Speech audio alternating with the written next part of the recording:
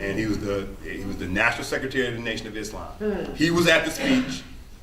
Minister Lewis X from Boston was at the speech. You know Minister Lewis X as Minister Louis Farrakhan. They were at the speech. He gets through the speech and he doesn't say anything about the president. But at the end, one of the reporters asked him a question about the assassination of John F. Kennedy. And he goes through the murder of Lumumba. He goes through what the CIA was doing in Iran, and what they had done with Mossadegh and that's in Iran, Mossadegh in Iran, and what they were doing in Iraq, and what they were doing throughout the African continent, what they're doing in Latin America. He goes through all of these things, and he says, so, you know, to me it's a case of chickens coming home to roost, and me being a farm boy, chickens coming home never made me sad, they only made me glad. John Ali leaves and is back in Chicago before the day is over. Reports it to, there's no such thing as email at that time, text messages. So calling Elijah Muhammad, you might not get through because one of the secretaries, might be working with him at that time. And so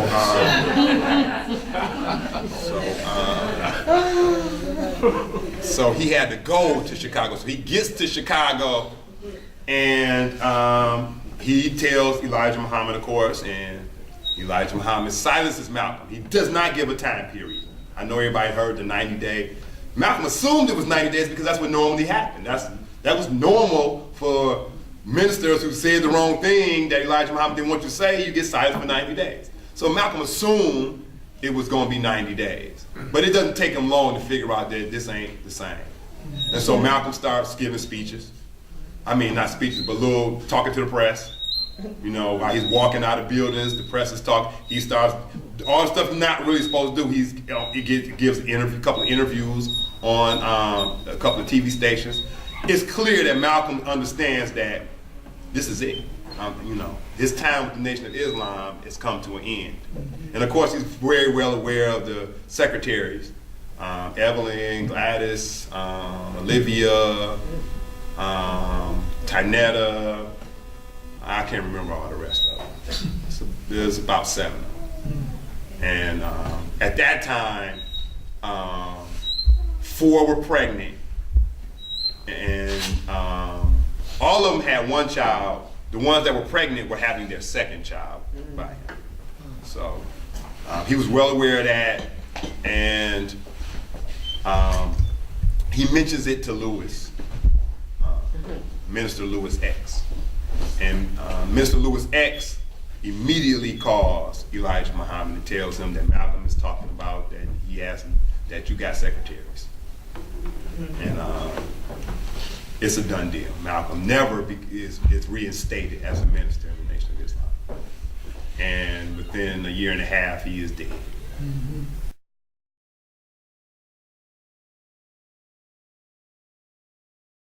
Bingo, organizer of the Brush Park Association, fighter against Illich. Of course, he threatened her life, so she had to disappear for a while. That's Gwen Mingo. If you don't know, Joe Foster Jr. is dead, and his girlfriend died 3 months later because they refused to sell their land to Illich. Yeah, how they died? They were shot. Both of them were shot to death. Both of them got shot. And so that's Gwen Mingo. What did Illich say about threatening her life? When Illich threatened her life, what did he say? Fire sentence. Well, his people, he didn't do it. He basically said that you're a problem, and we remove problems. So she disappeared. You hadn't heard for a while. You was hearing about Gwen Mingo every week. If you read the Michigan Citizen, you was hearing about her every week, doing something, protesting, going to the Citizens Action Committee meetings, the Citizen District Council meetings, all of that. You heard lawsuits, everything trying to stop the Illich gentrification of that, just taking that gangster in that land. Then all of a sudden you didn't hear about her no more. She said she had to dip, she had to go, because she was next. Joe Foster got killed, and then 3 months later his girlfriend got killed. because most of the land that Joe Foster owned was in his girlfriend's name. So when he died, they couldn't just take the land because she was still alive. 3 months later, she was dead. All that land is now owned by him. That bar, yeah, the bar. They own the bar, a restaurant, a cleaners, an apartment building, and a couple of houses. She said the burn down area, the burn down house, that burn down house. Oh, that The house that was off the river. that was a church. In that same neighborhood though. That's that same neighborhood. Yep. So this going under the radar. Right. Yeah, that was That's Gwen. But The significance of this speech here. okay. So, yeah, the significance of this speech here is a very political speech, which, of course, is a problem for the nation, because they weren't trying to hear all that political stuff. But you know, the Black Revolution and the Negro Revolution. He talks about the March on Washington, how it was a circus. You know, it's the house slaves. The house Negro and the field Negro. All of that that's that speech. That's the speech. So, in this speech, if you listen to it, it's almost no reference to Elijah Muhammad. Well, it was originally, it wasn't that many, but there was some reference to Elijah Muhammad. But when Richard Henry went to go put it to wax, when he went to go, he asked Malcolm. By that time, Malcolm was silenced, and he asked Malcolm, "What do you want? What do you want? Do you like this? Is there anything you want to change about this? Because I know your positions are starting to change. So what do you want me to change?" Like, I like everything is in there. Just remove all the references to and the Honorable Elijah Muhammad teaches us. So that's why that's not there. So it was already there. This is November of 1963, and at the end of November, beginning of December, is when he's silenced.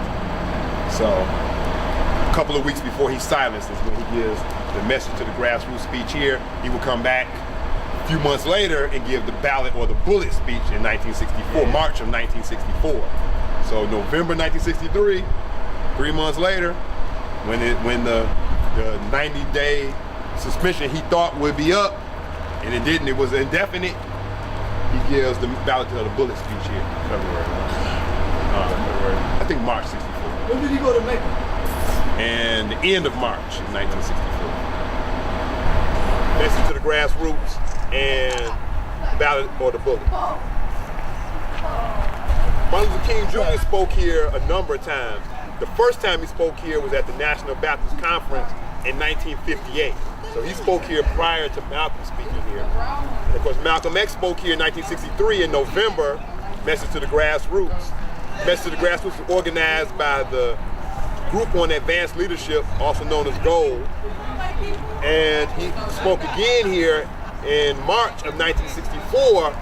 He gave his ballot or the bullet speech, which he had already given in Ohio about a week before. But it's slightly, the Detroit version, of course, is slightly different than the Ohio version. So if you play it on the, you play it on YouTube or you play it, or you find it on the internet, you like, well, why this not what I remember it sounded like.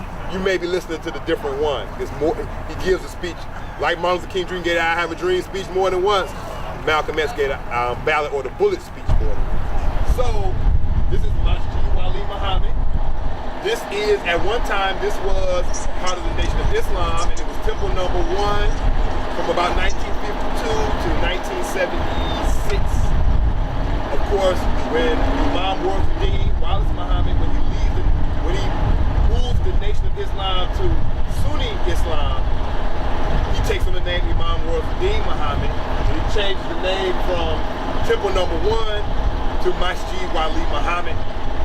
And this has been a Sunni Orthodox Muslim prayer home since the 1970s. But if you watch the film, The Hate That Hate produced in 1959, which was a documentary on, or a shockumentary on the Nation of Islam, it kind of was meant to scare white people. That was what Mike Wallace's point was, trying to scare white people into seeing that there's some black people out here who think you're the devil. So in 1959, when the shockumentary Hate That Hate produced was made, and they show a mosque, most of the time that they're showing a mosque, it is this one. It was, of course, temple number 1, and the University of Islam was also housed here, which was the school for the members of the Nation of Islam. This is 4 Street, when Malcolm X was paroled in 1952, he moved in with his brother. This is the house. He moved into this house at 4336 William Street in Inkster. He got a job at Ford Motor Company in Wayne, which is not that far from Inkster, in Wayne, Michigan. And he lived with his brother Wilfred. Wilfred is his older brother, and one of the brothers that introduced him to the Nation of Islam. The brothers that introduced Malcolm to the Nation of Islam while he was in prison was Wilfred, Filbert, and Reginald. All right, Wilfred was his older brother. Actually, Wilfred and Filbert are older than Malcolm. Reginald is his younger brother. But Wilfred is the oldest out of them all. He's the oldest of all the children. And Malcolm wrote he lived with Wilfred. He worked at Ford Motor Company for a while. And he went to visit the mosque that we just left in Detroit. That's where he went there. And the minister there was Lemuel Hassan. Lemuel X was the minister there. And Malcolm didn't think he was an adequate minister. He wrote a letter to Elijah Muhammad basically saying that. And Elijah Muhammad basically wrote him back saying, thank you, I received your letter. Don't tell me about my ministers. I pick the ministers, they don't pick themselves. So I don't want to hear you telling me about what my minister's doing wrong. What you should have said is, how can I help your minister do, certain things? And you need to go approach him, ask him what you can do to help. And if he receives you, then I'll receive you.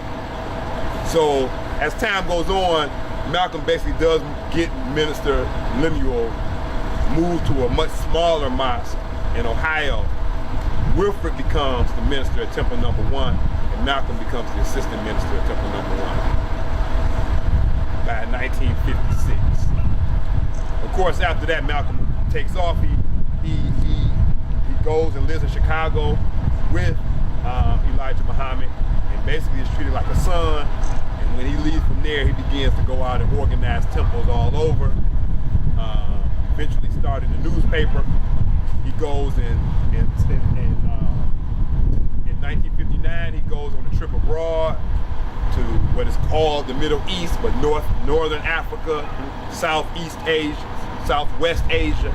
He does a trip there in 1959. I know you did in 1964. This is 1959, and when he comes back, he's the national spokesman for the Nation of Islam. Yeah, he lived here from 1952 to 1954. How long was But he wasn't here all the time because he would take off for months and live with Elijah Muhammad, being trained for the ministry, and then come back. How long was his brother a minister of the Nation of Islam? Till 1975, when Imam Warthaddin switched over to the Sunni Islam. He was a minister all that time. He wasn't a minister at Temple No. 1 all that time, but he was a minister of the Nation of Islam all that time. Yeah, he is parted ways with it. Yeah, when Malcolm X left the Nation of Islam, or was run out of the Nation of Islam, to be real about it, Malcolm X was kicked out of the Nation of Islam. Okay, when he was suspended, the suspension was indefinite. Malcolm X realized he was out of the Nation of Islam, so he operated on that basis. And when Malcolm believed in organization, so when he left the Nation of Islam or was kicked out of the Nation of Islam,